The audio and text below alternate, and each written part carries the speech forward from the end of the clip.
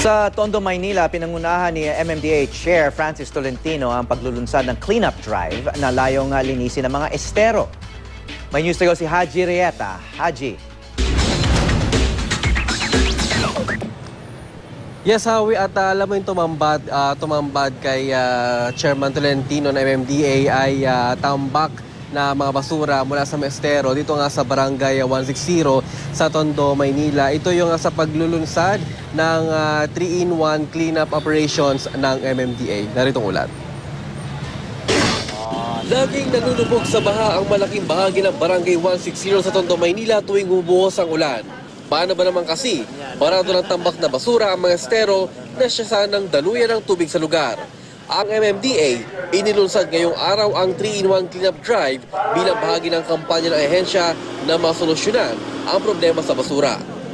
Sa pagsisimula ng programa mismong si MMDA Chairman Francis Tolentino, kasamang ng opisyal ng Tondo, ang naghakot ng mga basura sa estero. Tambak-tambak na basura ang nahakot na kinakailangan bang gamitan ng crane. Sabi ni Tolentino, malaking problema ito na kailangang masolusyonan. Ang 3-in-1 cleanup operations ay pinagsama-sama ang paglilinis sa mga estero sa mga palengke at lingap barangay.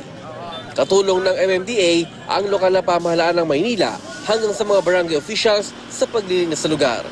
2 beses sa isang linggo gagawin ang cleanup drive. Lahat ito, maliliit na solusyon, pero nakikita natin lahat naman ng malalaking problema nanggaling sa maliliit na suliranin. Kaya lumaki yan, pinagsama-sama na. Kaya bumabaha, di basura. Kaya umaapaw ang estero dahil na rin sa kapabayaan natin. So yun yung inaayos natin. Howie, sa ngayon papatuloy itong paglilinis itong sa esterong ito. Pakita ko lang ito'y kanina talagang tambak ng basura dito, pero ngayon ay medyo nabawasan na ito at ito yung mga taga-barangay dito sa 160 at ilang mga taga-DMA. At ipakita ko lang din talagang napakaraming basura yung talagang natatrap naman doon sa may harang na yan dito sa estero.